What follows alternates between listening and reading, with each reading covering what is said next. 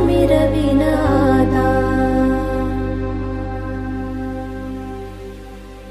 मी तुझ्यात विरता माझी राहिलीच ओळख काय, माझी पंढरीची माय, माझी पंढरीची माय। मी पणाच सोडून जाता या